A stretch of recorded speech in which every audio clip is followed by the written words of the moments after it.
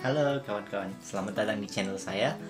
Nama saya Ridal Suramas dan hari ini saya akan memperlihatkan kepada teman-teman atau memberikan kepada teman-teman salah satu aplikasi yang teman-teman bisa gunakan untuk melakukan screen recording atau merekam layar PC atau laptop teman-teman. Itu bisa kita gunakan untuk keperluan streaming atau misalkan membuat video-video tutorial atau membuat tugas yang diberikan dosen tentang bagaimana cara menginstal atau hal-hal lainnya. Pokoknya aplikasi ini berguna juga untuk teman-teman yang ingin menjadi seorang YouTuber. Nah, aplikasi apa itu? Saya akan perlihatkan kepada teman-teman. Oke, kita di sini di layar desktop saya, layar desktop laptop saya. Nah, kenapa saya tidak langsung menggunakan aplikasinya saja untuk melakukan screen recording, tapi justru menggunakan alat perekam untuk merekam layar saya? Jadi saya ingin memperlihatkan kepada teman-teman bagaimana cara menggunakannya. Nah, jika saya gunakan aplikasinya untuk melakukan rekaman, ya saya tidak bisa memperlihatkan kepada teman-teman bagian-bagian di dalamnya. Nah, aplikasinya itu adalah ini dia, Mirrorless Action. Kita buka.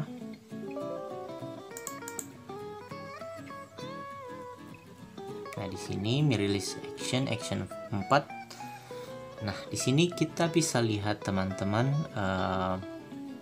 di sini ada video recording, kemudian ada live streaming, ada audio recording, screen capture screenshot atau screen capture atau screenshot, kemudian benchmarking. Nah, di sini kita bisa mengatur juga tombol-tombol mana saja yang bisa kita gunakan untuk memulai perekaman, menghentikan perekaman, melakukan pause dan melakukan resume di bagian settings, kemudian di hotkey di sini.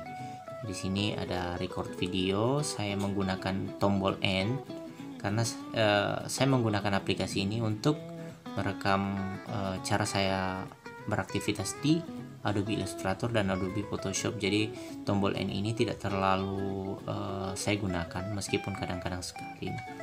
Kemudian saat merekam audio juga Ctrl F10. Lalu biasanya saya menggunakan ini pause dan resume. Jadi saya set Shift F9 untuk melakukan pause atau menghentikan sementara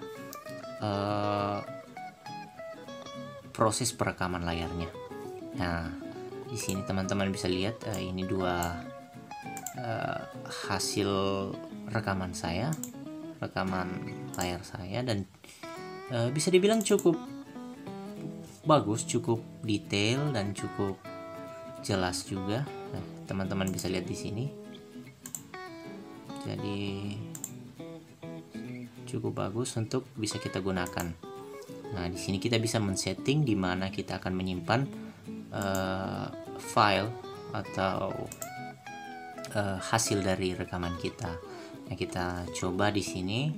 Misalkan kita akan merekam layar. Nah, di sini kita bisa memilih merekam game, kemudian kita merekam screen di sini, atau kita bisa mengatur areanya di sini. Kita bisa mengatur area yang ingin kita rekam seperti itu. Kemudian ini adalah device-nya. Nah, di sini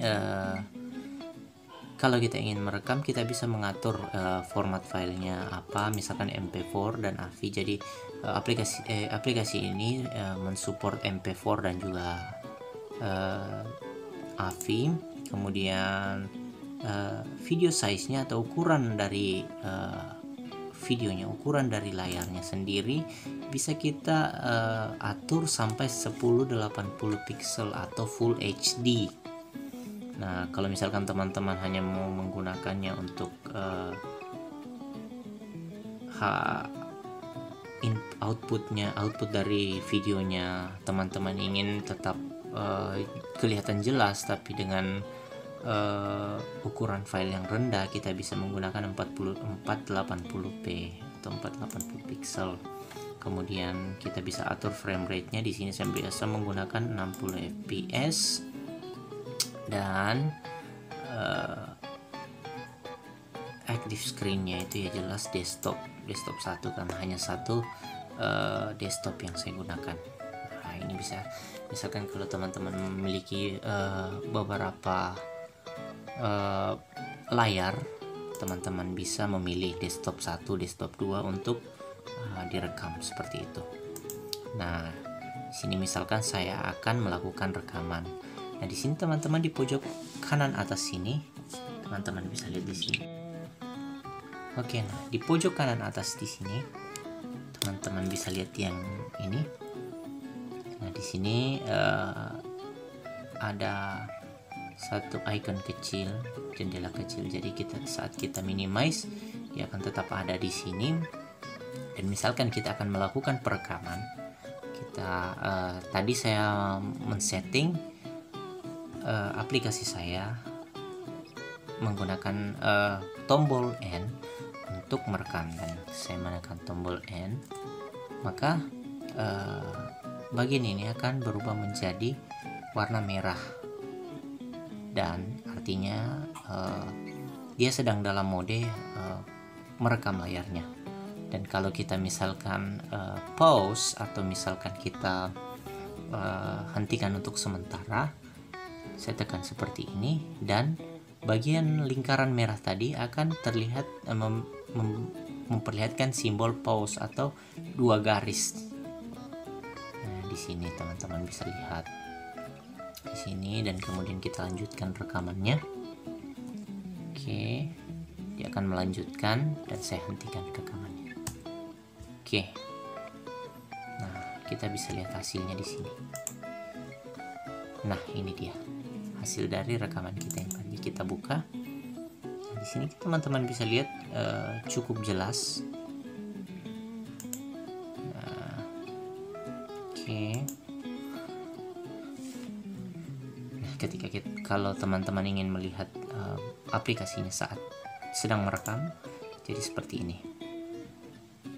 Nah, stop. Oke, dia akan tersimpan di folder yang kita sudah pilih. Nah, aplikasi ini teman-teman bisa menjadi pilihan teman-teman selain dari Bandicam atau misalkan OBS yang orang-orang sering pakai. Sebenarnya aplikasi ini aplikasi pertama yang saya gunakan.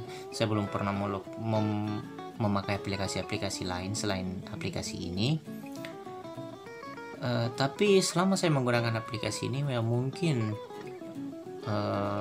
cukuplah untuk saya, cukup memenuhi kebutuhan saya, dan juga dari user interface-nya mudah dipahami, mudah digunakan tentu saja, dan tidak ada masalah-masalah yang berarti untuk saya dalam penggunaan aplikasi ini. Jadi ini salah satu saran buat pilihan atau saran untuk teman-teman yang ingin melakukan screen recording atau melakukan perekaman layar untuk keperluan live streaming game mungkin, atau misalkan ingin membuat video-video tutorial untuk YouTube, teman-teman bisa menggunakan Action Me Release ini.